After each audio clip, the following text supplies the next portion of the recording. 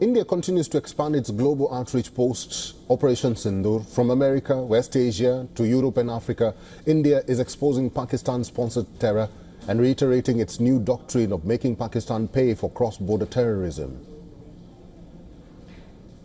A 9-member all-party delegation led by BJP Member of Parliament Ravi Shankar Prasad has arrived in Paris to convey India's strong and clear stance against terrorism.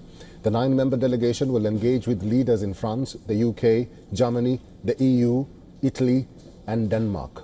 Another all-party delegation led by JDU Member of Parliament Sanjay Jha is in South Korea, where they met Yan Ho-jang, chairperson of Korea-India Parliamentary Friendship Group. Earlier, an all-party delegation to the US, led by Congress Member of Parliament Shashi Tharoor, had emphasized that Pakistan will have to pay a higher price for backing terror.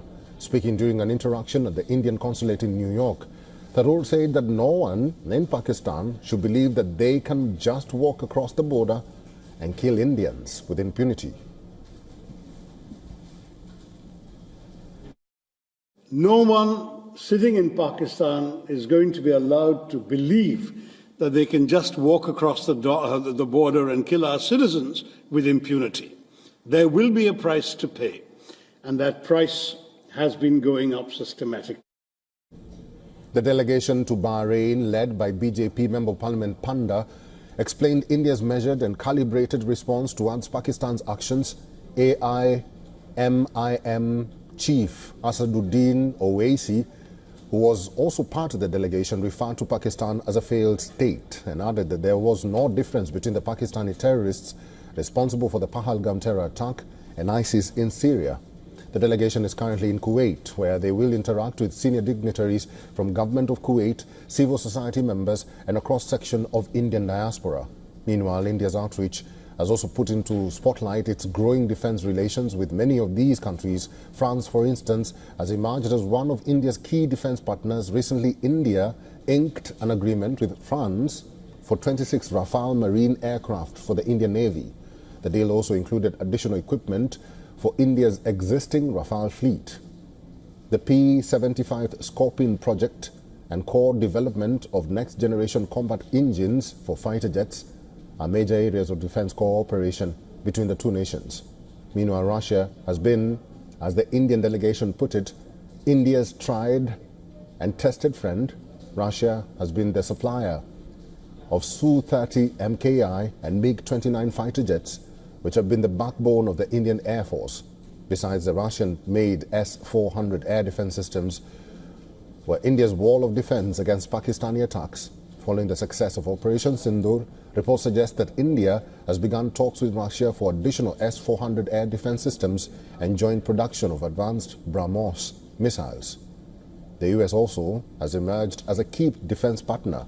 In 2023, India's defense procurement from the US stood above $20 billion from heavyweight Chinook helicopters to M777 howitzers and Apache long-bow attack helicopters. The India-US defense partnership has seen newer highs. More recently, India had concluded a $3.5 billion deal for MQ-9B Predator drones, while US President Donald Trump had offered to sell F-35 fighter jets to India. Our assistant editor for Foreign Affairs, Siddhant Sibol, is now joining us live with the latest. Siddhant, we can only talk about the process. How much progress has the outreach teams made so far? Well, in the aftermath of the Pahalgam terror attack by Pakistani terrorists and India's launch of Operation Sindoor, India launched a major diplomatic initiative which included the visits of inter-party delegations to across the world. In fact, even as we speak, there are inter-party delegations in countries like Guyana to other places in various global capitals. We know that the inter-party delegations have been to Japan, to UAE, to South Korea, to France. And there are, of course, other visits also planned. In all, there are 7 batches of inter-party delegations that include former envoys and ambassadors, and in all, they will be traveling to around 13 global capitals and countries. Of course, most of these countries are the permanent members of the UNSC, barring of course China, and the non-permanent members of the UNSC presently, and countries who will be the non-permanent member as well. And the message is clear. First, zero tolerance towards cross-border terrorism from Pakistan. The second, of course, highlighting the role of Pakistan in terms of supporting, aiding cross-border terrorism. The third, of course, is that when it comes to the new normal, which includes that India will not take the nuclear blackmail from Pakistan as well. So essentially a message of unity as well from the Indian standpoint as well. So we could expect not only this major diplomatic initiative, but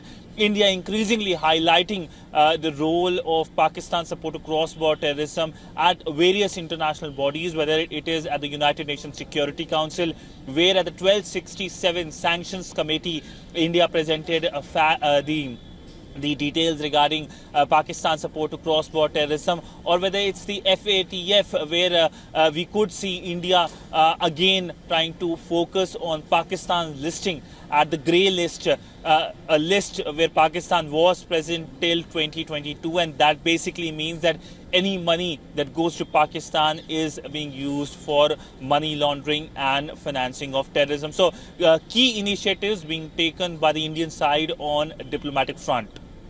Our Assistant Editor for Foreign Affairs, Sindoor there. Thank you.